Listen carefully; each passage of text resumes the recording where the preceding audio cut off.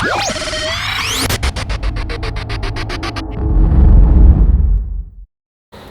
what's up? Coach Ryan Family here from Viper. I'm doing a follow-up video to my previous video about should you fuel your workout with carbs. Got a few hate messages. Some people were a little offended. They thought I was calling them a wuss. Other people just wanted more elaboration because I didn't really elaborate. It was a short video. I just kind of said my piece and I realized that's not very helpful for you guys. So I'm going to elaborate a little bit on should you fuel your workout with carbs.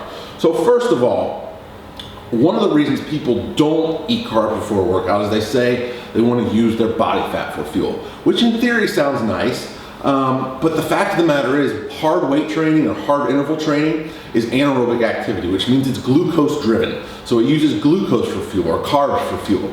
Now your body tries to maintain fairly stable blood sugar levels. So if you don't have carbs in your system, what's going to happen if muscle glycogen gets depleted?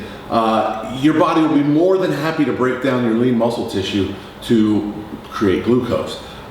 Yes, fatty acid breakdown will happen to a degree to create that, but in my experience, you tend to lose a lot more muscle than you do lose fat in that method.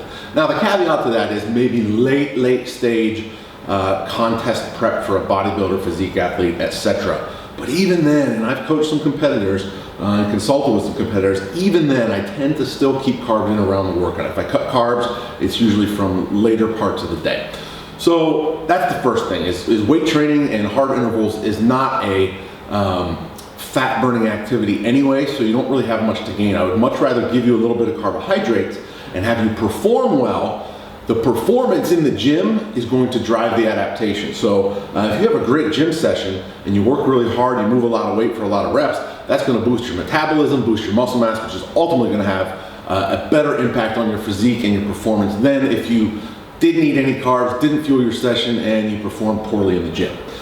The next piece I'm going to say, a lot of people will tell you, well, you shouldn't eat carbs before a workout because you will increase the neurotransmitter serotonin, which is a happy, sleepy chemical, and you'll just get sleepy in the gym. And I said, maybe, or maybe you're just a wuss. And part of that, some people, they get so caught up in the education piece, which is great, you need to be educated, but they allow what they learn to be a blocking point for them.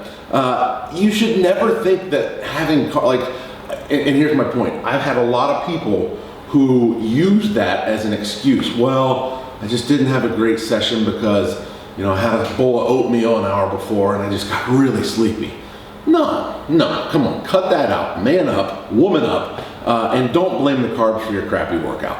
Now, to be fair, that effect, the happy, sleepy effect, or the, if you do get that effect where you are struggling in the gym after you eat carbs, it's not carbs' fault. It's either the amount was inappropriate for you or the type was inappropriate for you. This is going to depend on a host of factors, including how lean you are, how much muscle mass you have, etc.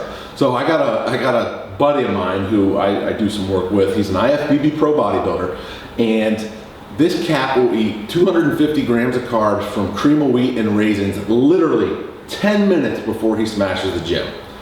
I don't know how he does it. That, for me, that would put me to sleep, all right?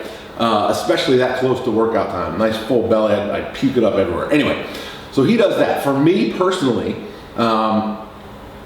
50 to 75 grams of carbs is kind of the sweet spot for me pre-workout.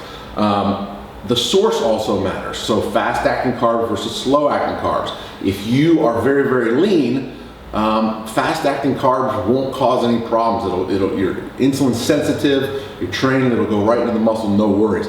If you're a little bit on the chunkier side, you probably want to go with slower glycemic or slower acting carbs, low glycemic carbs, sorry. Things like brown rice, quinoa, oats, etc. Whereas a faster acting carb might be cream of rice cereal, cyclic dextrins, things of that nature. You want to have a great performance in the gym because that's going to drive your adaptation. And in my experience, recovery gets improved and performance in the gym gets improved when you have carbs prior to your session. So I hope that clears things up a little bit. I know I was kind of being a punk in my last video. I just did it because it was fun. But hopefully this clears things up for you, gives you a little more insight on it. For most people, I do think some amount of carbs is appropriate. Even, even someone who maybe is over fat, you know, they're obese, I might even give them 15 grams of carbs, so something small and manageable, just to give them a little extra fuel for the session. I'm Coach Ryan Family from Viper. If you like these videos, please hit subscribe below. I'll see you next time.